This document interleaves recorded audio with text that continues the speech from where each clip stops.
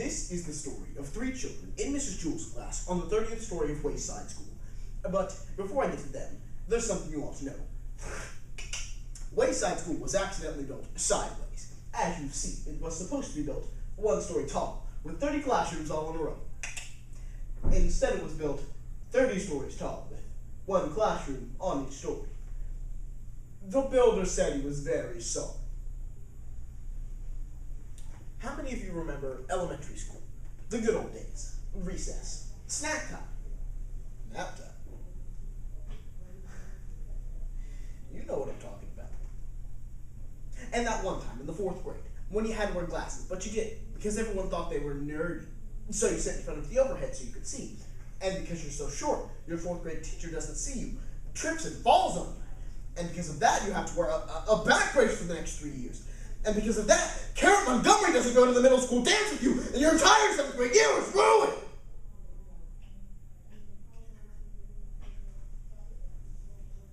No? Just me.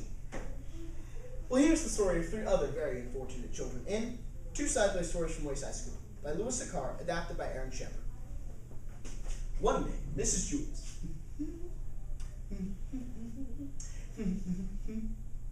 kept Joe.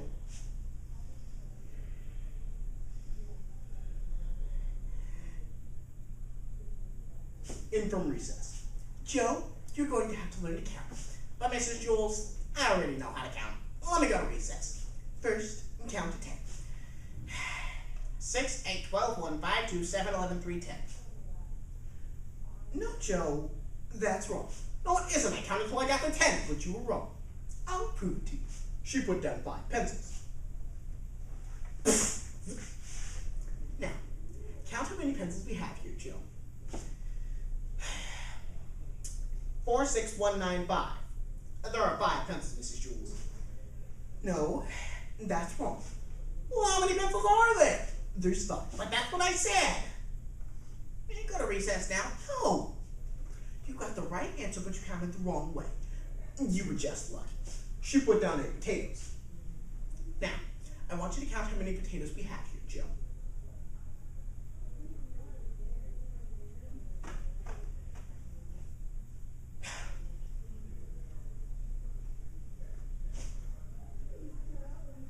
Seven, 5, 3, 1, 2, 4, 6, 8. No, there are 8, but that's what I said.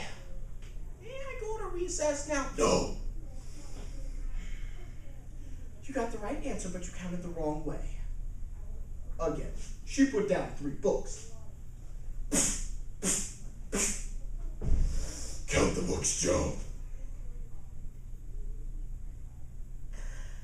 1,000, 1,000,000, 3. 3, Mrs. Jules.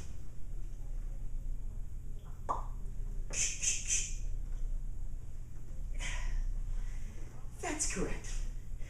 May I go to recess now? No. Well, can I have a potato? No! No! Listen to me. 1, 2, 3, 4, 5, 6, 7, 8, 9, 10. Now you try.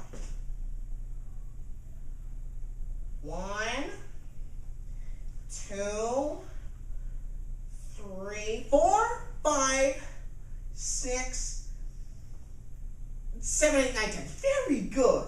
She put down 6 erasers. Now, I want you to count the erasers, Joe, just the way I showed you. 1, 2, 3, 4, 5, 6, 7, 8, 9, 10. Oh! Well, didn't I count right? Well, yes, you counted right, but you got the wrong answer again. When I count the wrong way, I get the right answer, but when I count right, I get the wrong answer.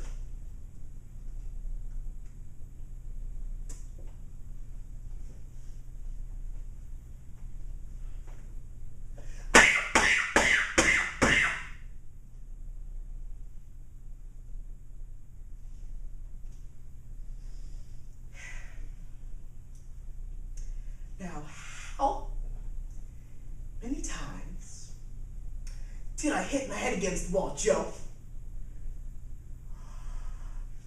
1, 2, 3, 4, 5, 6, 7, 8, 9, 10. You hit your head against the wall 10 times. No, 4, 6, 1, 9, 5. You hit your head 5 times. Yes, that's correct. Bebe was the fastest drawer in Mrs. Jules' class.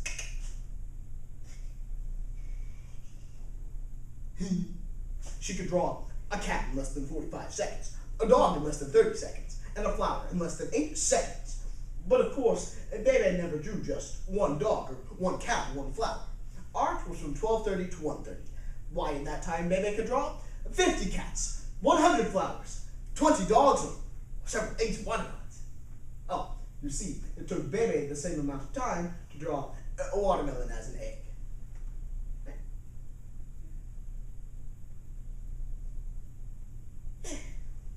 Calvin sat next to Bebe. He didn't think he was very good at all.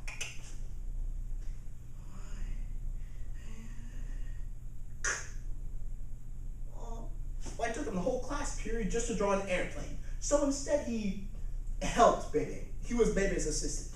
Whenever she finished one masterpiece, he would take it from her and lay down a clean sheet of paper. Whenever her crayon ran low, Calvin was ready with a new crayon. That way, Bebe didn't have to waste any time. And in return, she would draw 5 or 6 airplanes for Calvin. It was 12:30, time for art. Bebe was ready. On her desk was a yellow sheet of construction paper, and her hat, a green crayon. Calvin was ready. He held a stack of papers and a box of crayons. Ready, Bebe? Mm-hmm. All right, class. Time for art. She had hardly finished her sentence when Bebe had drawn a picture of a cat. Calvin took it from her and laid on a new sheet of paper. Red, blue! They were quite a pair. Their teamwork was remarkable. Bebe drew pictures as fast as Calvin could pick up the old page and put down the new. A fish, an apple, 3 cherries. At 1:30, Mrs. Jules announced, all right, class, art is now over. Bebe dropped her crayon and fell over on her desk. Calvin sighed and leaned back in his chair. He could hardly move. They had broken their old record. Bebe had drawn 378 pictures. They lay in a pile on Calvin's desk. Mrs. Jules walked by. Well, Calvin, did you draw all of these?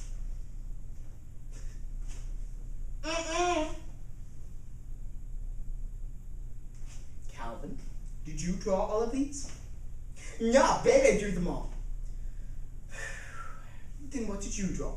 I didn't draw anything. Why? Don't you like art? I love art. That's why I didn't draw anything. I don't understand. Well, it would have taken me the whole class period just to draw one picture, and Bebe would have only been able to draw 100 pictures. But with the two of us working together, she was able to draw 378 pictures. That's a lot more art. No. That isn't how you measure art. It isn't about how many pictures you draw, but how good the pictures are. Why, someone could spend their entire life drawing a picture of a cat. In that time, I'm sure Bebe could draw 1,000,000 cats.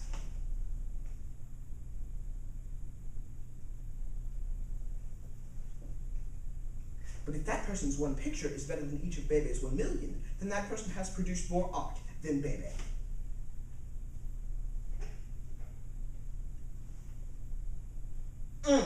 Bebe looked like she was ready to cry. Bebe looked like she was ready to cry.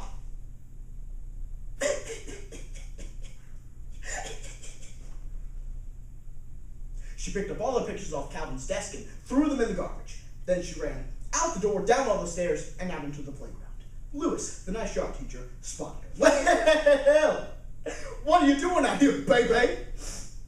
I'm going home to draw a picture of a cat. Why don't you bring it into school tomorrow and show me? Tomorrow? Tomorrow I doubt I'll even be done with one whisker.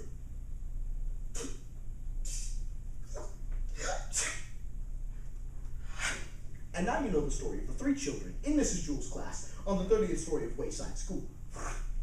Some people say that these stories are strange and silly. That may be true.